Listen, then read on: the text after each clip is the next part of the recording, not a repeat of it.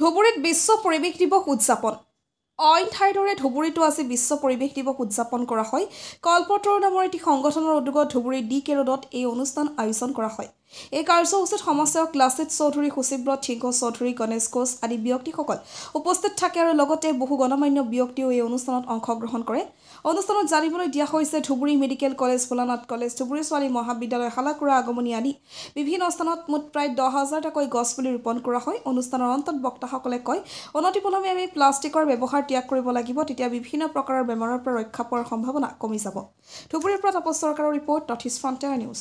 আপোনালোকে সবাই জানে গোটেই পৃথিৱীতে আজি বিশ্ব পৰিৱেশ দিৱস উদযাপন কৰা হয়।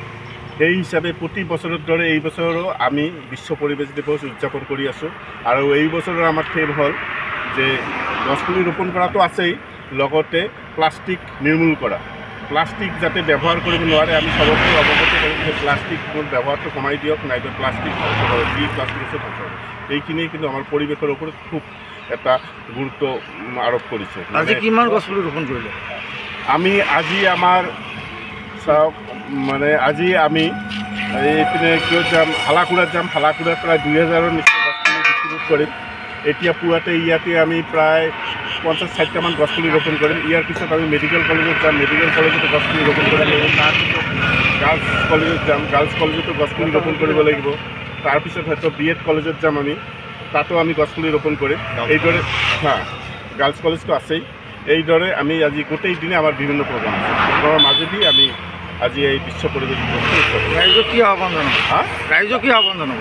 ৰাইজক মই এইখিনি আহ্বান কৰিম যে আমাৰ পৰিৱেশ লৈ সকলোৱে সচেতন হোৱা দৰকাৰ। কিয়নো পৰিৱেশৰ ওপৰত খুব গুৰুত্ব দিব লাগে, এইকাৰণে যে পৰিৱেশ খুব নষ্ট হৈ গৈ আছে দিনক দিনে।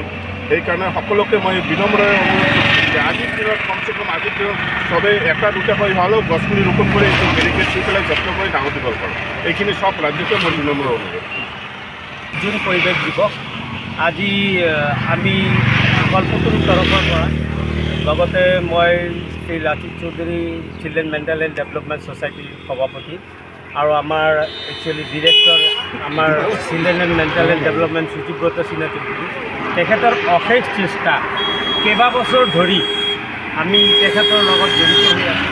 তেখেতৰ বৰষুণ নাই, ধুমুহা নাই, বতাহ নাই, ৰ'দ নাই, চববিলাকৰ মানে তেখেত এভইড কৰি কিনে গছ পুলি ৰুবলৈ ধৰিছে। আৰু তেখেতক মই অশেষ ধন্যবাদ দিম, মানে ধন্যবাদৰ পাত্ৰতকৈ বেছি সন্মানযোগ্য ব্যক্তি।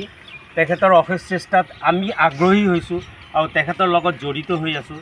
আমি আশা কৰোঁ এইদৰে যেন আমি গছ পুলি ৰুব পাৰোঁ আৰু পৰিৱেশটো আমি মুক্তভাৱে অক্সিজেন ফ্ৰী কৰিব পাৰোঁ। আৰু আমাৰ মেইন মানে একচুৱেলি আমাৰ মেইন মটো হ'ল আমাৰ প্লাষ্টিক প্ৰদূষণ মুক্ত হ'ব লাগে। গোটেই ভাৰতবৰ্ষ নহয়, পৃথিৱীখন প্ৰদূষণ মুক্ত হ'ব লাগে, প্লাষ্টিক ফ্ৰী পলিউশ্যন।